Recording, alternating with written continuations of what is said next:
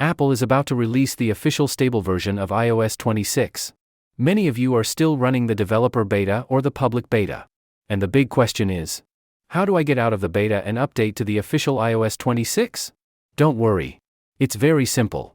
Right now, most of us are on earlier beta versions like beta 6, 7, or 8. When Apple releases iOS 26.0 officially, it will appear as a normal update in Software Update. But here's the problem. If you keep beta updates turned on, your iPhone will download future betas like iOS 26.1. That means you will miss the official iOS 26.0 and get stuck in the beta loop. So here's what you need to do. On your iPhone, open Settings.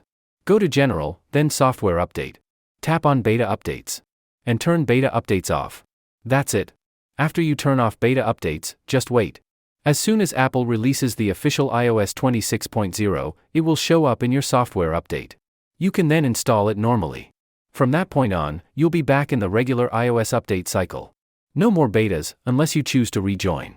So if you want the official stable version of iOS 26, make sure you turn off beta updates today. That way, you'll be ready the moment Apple releases it.